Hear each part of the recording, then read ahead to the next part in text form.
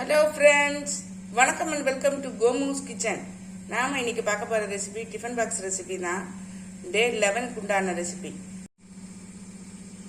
நாம் இன்னைக்கு சாதம், சாம்பார், பூசணிக்காய் கூட்டு, காலையில் பிரேக்ஃபாஸ்ட்டுக்கு ஊத்தப்பம். அடுப்பில் குக்கர் வச்சுருக்கேன் பாருங்கள்.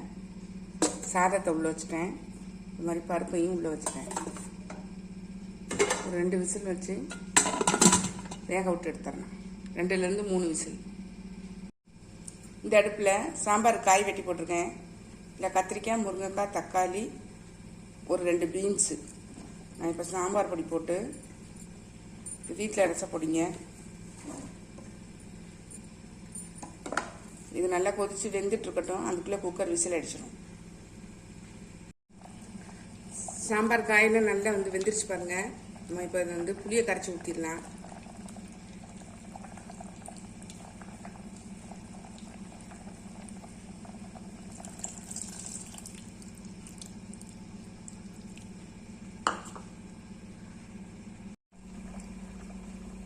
அடுப்பில் கடாய் போட்டிருக்கேன்.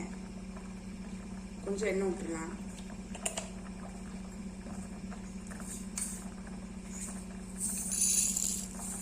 கடுகு,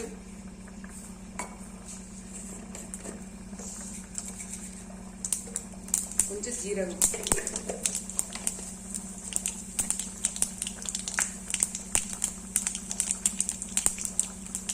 ஒரு பூண்டு ஒரு 3 பல்லு நச்சு வச்சுக்கேன். சின்னது நெய்யில் சேர்த்துக்கலாம்.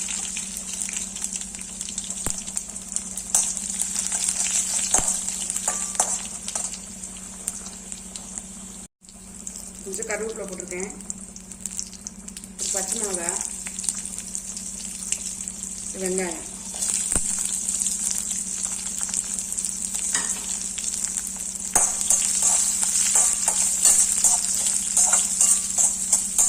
வெங்காயம் வதங்கன்னு அவசியம் இல்லை, அப்படியே போட்டுக்கலாம். பூசணிக்காய் சேர்த்துறேன்.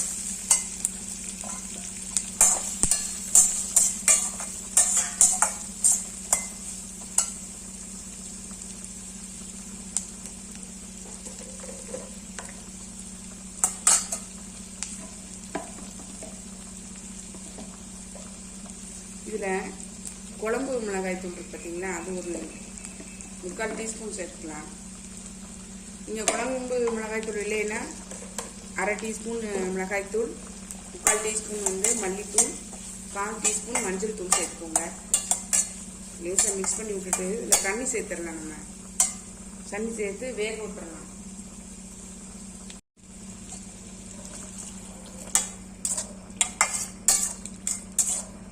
வேகிற அளவுக்கு தண்ணி சேர்த்துருங்க.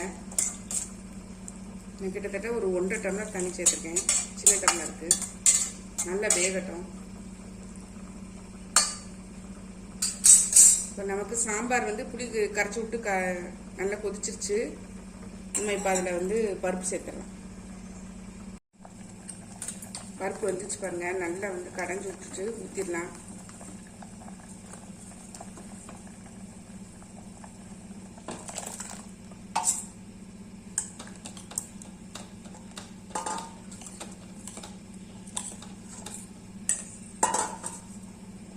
உப்பு சேர்த்துடலாம்.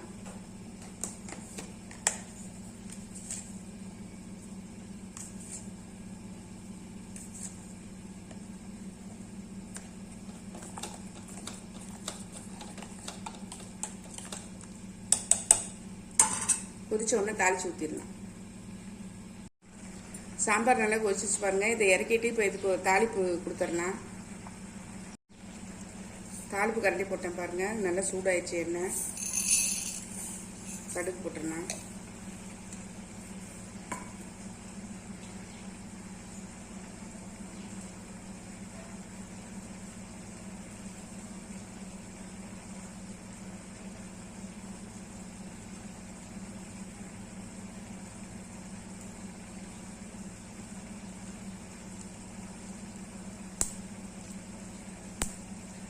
இதே ஒரு பட்டை மிளகாய், இதை காஞ்ச மிளகாய்,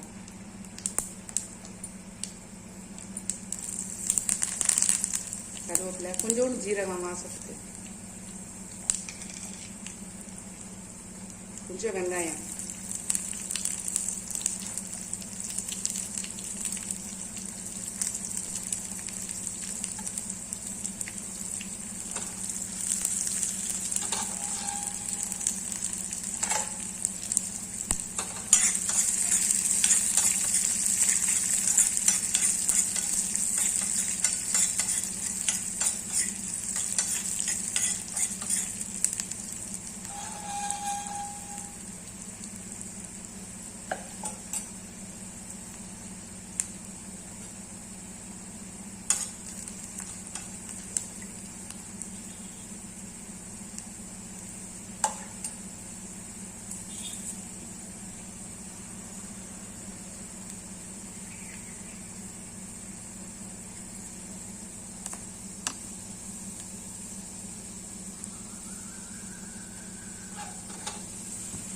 தாளிப்பு வந்து சாம்பாரில் சேர்க்குறேன்.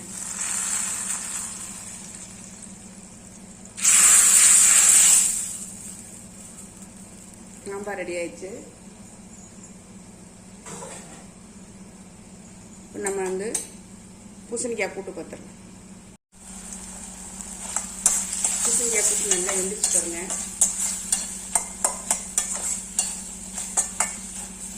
இந்த ஸ்டேஜில் ஒரே ஒரு ஸ்பூன் வந்து துவரம் பருப்பு வேக வச்சு எடுத்துருக்கேன், அதை சேர்த்துறேன்.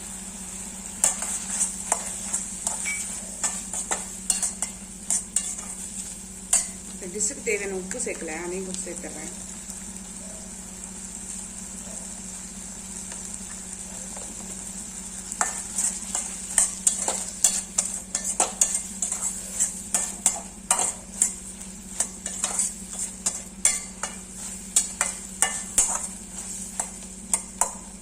சேர்த்துட்டு இதில் ஒரே ஒரு அரை டீஸ்பூன் வந்து நம்ம நாட்டு சர்க்கரை சேர்த்து, நீங்கள் வெல்லம் கூட சேர்த்துக்கலாம்.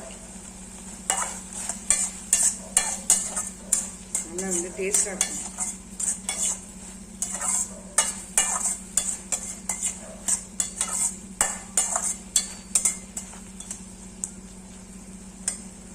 லேசாக சுருளை வெந்த உடனே நம்ம இப்போ இறக்கிடலாம்.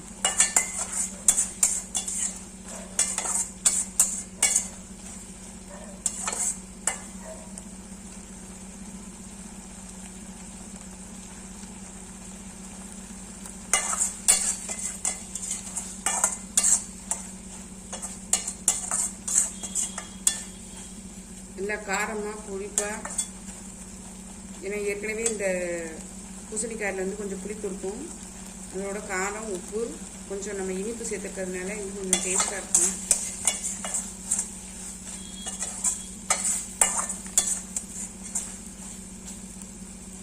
இப்போ இறக்கிடுறேன். இறக்கிட்டு ஊத்தாப்பம் பார்த்துடலாம். தோசைக்கல் சூடாயிடுச்சு. நம்ம இப்போ வந்து ஊத்தாப்பம் ஊற்றிடலாம்.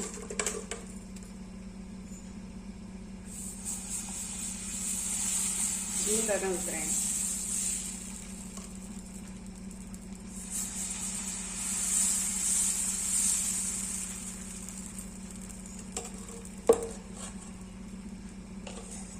மேலே வெங்காயமும் கருவேப்பிலையும் சின்னதாக கிள்ளி வச்சுருக்கேன், சேர்த்துடலாம்.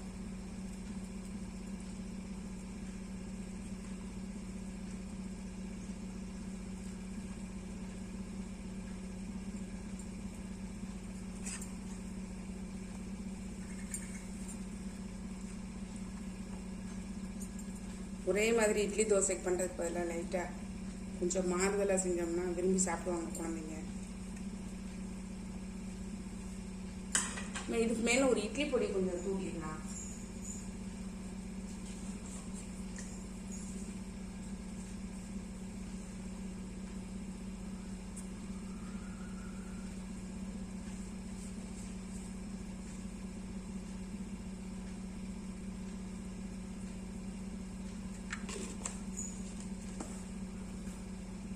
கொஞ்சம் எண்ணெய் விட்டுறலாம்.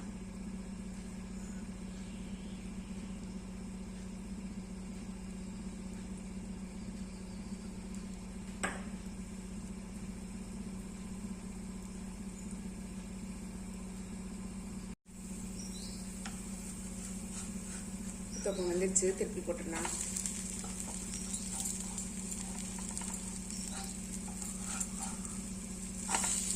ஒரு 2 நிமிஷம் வந்தோடனே நம்ம எடுத்துடலாம். இன்றைக்கி நம்ம டிஃபன் வந்து சூப்பராக ரெடி ஆயிடுச்சு. சமையல் முடிஞ்சிருச்சு. நம்மளுடைய இன்றைக்கி டிஃபன் பாக்ஸ் ரெசிபி ரெடி ஆயிடுச்சு பாருங்கள். சாதம், சாம்பார், பூசணிக்காய் கூட்டு, இங்கே ஊத்தாப்பம் நல்லா ரெடி ஆயிடுச்சு. நம்ம இப்போ டிஃபன் பாக்ஸ் ஃபில் பண்ணிடலாம்.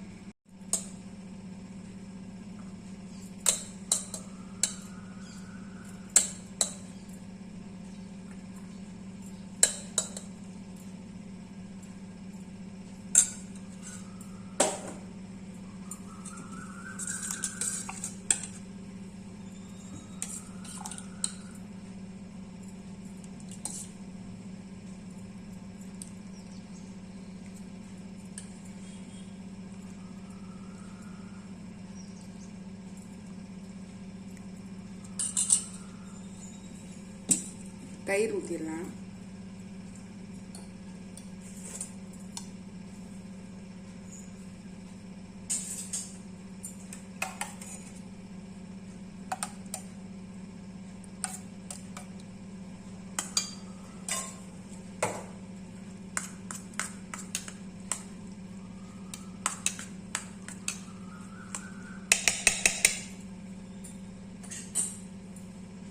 டிஃபனுக்கு வச்சிடலாம்.